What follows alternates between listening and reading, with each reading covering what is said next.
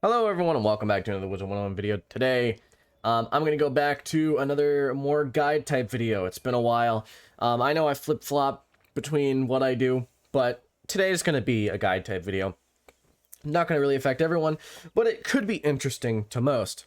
And that is, what level should you be in Wizard101? Now what I mean by that is at the end of every world, you're going to be at a certain level. Obviously, that varies depending on whether you do side quests, whether you do certain aspects of the main quest, or certain side quests, stuff like that. Basically, I just want to go over what level you should be at the end of every world, because I feel like a lot of people don't know. They'll either say, oh, maybe this person is underleveled, when they're actually not. They're actually the level that they should be, and you're just overleveled. Or you may feel underleveled, and then you find out that either A, you are underleveled, or B, you're not. You're just actually what you're supposed to be. So let me go over that. So let's start off with Wizard City. Now, Wizard City obviously depends on side quests, but you should be level 10 at the end of the 6th school quest. Basically, once you can unlock Krakatopia, you should be level 10. No problem. You shouldn't need to do side quests, but I do find that picking up the Zeke quest can make it a bit better, or it can make your level a bit better. But obviously, there's other things as well that can factor into that. For example, if you do Colossus Boulevard or Colossus Boulevard and Triton Underwater, you could be level 15 by the time you enter Krakatopia, which is significantly higher than what you would be otherwise. So let's get into Krakatopia. This one is rather simple. You're going to be level 21 or 22 if you do no side quests. I mean, if you don't do Triton Underwater and Colossus Boulevard, and if you don't do any Krakatopia side quests, you will be 21 or 22 when you get to Marleybone. But obviously that changes as well depending on what you do. So I've had a character who's been level 26, 27 when I've left Krakatopia, which is quite a bit higher than you should be. Realistically, a good level is about 21, 22. Marleybone's a bit different. You don't gain many levels in Marleybone. I've found that without doing side quests, you end up at 28 at the end of Marleybone just about every time. But if you do side quests consistently, you will find that you can get to level 30 to 32 prior to even leaving Marleybone. Now, this is where things get a little bit dicey, because there's one thing that does factor into it, and that is Mount Olympus. Do you do Mount Olympus? Yes or no? I say yes every time. You should do Mount Olympus. And where your level is going to be 1 or 2 off, depending on whether you do it or not. But I'm going to take into account that you do Mount Olympus. So if you haven't done any side quests up until this point, and I'm going to start doing this, I'm going to start saying what you can get if you don't do any side quests, because it gets much more dicey at these upper levels, what level you're going to be at if you do side quests. So I'm going to start doing no side quests. No side quests, you will reach level 30 and Mount Olympus at Crimson Fields. Trust me, I've leveled up characters many times without doing side quests. I know you reach level 30 at Crimson Fields. That's what happens. You go to Mount Olympus, you reach level 31. When you're done with Mushu, you are generally around level 38. Now, this is about average, pretty decent. And when you enter Dragonspire, you should be around this level. If you're lower than this, maybe do some side quests. I don't see how you would be lower than this, though, if you only do the main quest. You should be 36 to 38, basically 38, is what I'm saying. Now, Dragonspire does not give a lot of XP at all. It's one of the least amount of XP giving worlds. Okay, that's not true, but it's for its level and it being its final world in the arc, it does not give a lot of XP. Now, Dragonspire, your level is going to depend on whether you do Barkingham Palace at the end. But if you do not do Barkingham Palace, but you do Mount Olympus, you will be 44 at the end of Dragonspire. I've done this game so many times, and I cannot tell you the amount of times I've ended Dragonspire at level 44. It's so common. That is the level that you end at. Now, with side quests, you could probably end at about level 50, which is obviously significantly higher. And now, one way to look at this, if you think about it, is that back in the day, when the max level was 50, Dragonspire was the last world, you would finish it at 44, and then you'd have to do the side quests to get up to level 50. That's how it makes sense.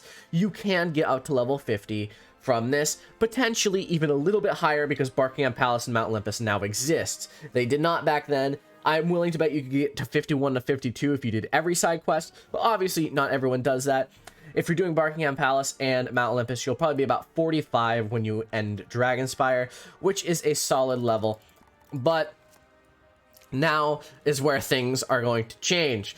Obviously, they're not going to change a huge amount, but it definitely is a drastic difference, and that is whether you do Winter Tusk or not. Now, if you don't do it, you will enter Celestia at level 44. You'll reach level 60 towards the end of Celestia, and that'll be that. I believe if you don't do Winter Tusk, you reach level 60 at the Science Center. I could be wrong. Correct me if I'm wrong. But I believe you reach level 60 at the Science Center if you do no other side quests.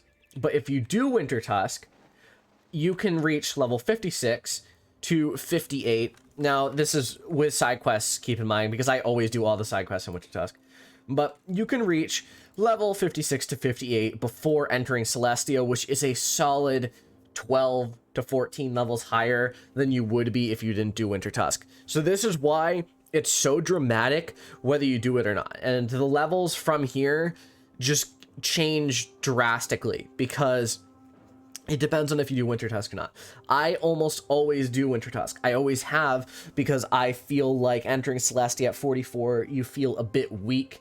And also you can't get enchants and stuff like the max level enchants until much later in Celestia. But obviously everyone's different. I personally like Winter Tusk, but not everyone does. I think that, as I've said, the difference is, let's just go into Celestia. Now, Celestia, there is a decent difference. If you don't do Winter Tusk, you're probably going to be around level 60 to 61 but when finishing Celestia. So that makes sense if you think about it. You enter Dragonspire, the max level is 50. Celestia, max level 60. Now, if you do Winter Tusk, you can reach level 65 probably by the end of Celestia, which is quite a bit higher than leaving at level 60, 61. Now you may be asking, why is it right? You may be asking, if the two options are entering Celestia at 44 and 56, that's a 12 level gap. Why is the end of Celestia such a smaller gap, 60 to 65? Well, it has to do with how the levels work out. I've mentioned this in a past video, but the XP bar, your total XP to level up, increases at a greater rate, a rate that's greater than the side quests will allow. So basically what that means is that if you don't do, say you do side quests the first 5 worlds, you end Dragonspire at level 50, right? When you go into Celestia, because of the amount of XP Celestia's quests give, and the amount that your max XP increases at each level, it'll make it so that it catches up to itself. Because Zafaria gives much more XP than Celestia, so the XP bar is greater from level 60 to 65 than from 55 to 60, if that makes sense. So that's why there's only a 5 level gap. Now, from here, the levels are kind of easy to explain. At Zafaria, you're going to end at level 70, 70 to 72. Avalon, you're going to end at around level 80. I find usually 81, 82. Azteca, you are level 91. I've done this 3 times now and gotten level 91 at the end of Azteca every time. It has to do with the side quests. as I've said. Chrysalis, you were going to end Chrysalis at level 106, give or take a few. 104 to 108, I find, is the general range. Polaris, you're going to end at about 114 or so. That's give or take as well. I ended at 116 on my death, I believe. So decent. Mirage, I ended at 125. I think I ended at 125 on my death, but the average range is probably going to be around 122. Imperia, it's possible to reach 140 in Imperia because of the amount of XP that Imperia gives and Mirage gives compared to the total amount of XP. I find that Imperia, I've never actually finished it.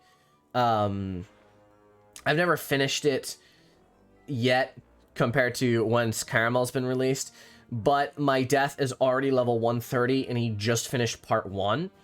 So I'm willing to bet that by the end of part 2, he will probably be around 140. And I think that that'll be the range. I imagine at lowest, maybe 135 to 138 you can end Imperia, and then obviously Caramel will get you to that 140. So that's what this video is. I hope you enjoyed. I hope it wasn't confusing for you. If you have any questions, let me know. I just wanted to do this because I thought it was rather interesting to explain what levels you should end at compared to what levels you do end at. Obviously, side quest route versus non-side quest route. I found that my death got to be about 5 to 10 levels higher than what should be. If you don't do side quests, you're still going to be over leveled after Polaris and Mirage, but not as over leveled as my death, who ended up being 125 at the end of Mirage, as I said. So it depends on you. I hope you enjoyed. If you did, drop a like at the sub button. I appreciate all of you watching. I'll see you next video. Have a fantastic day. Adios.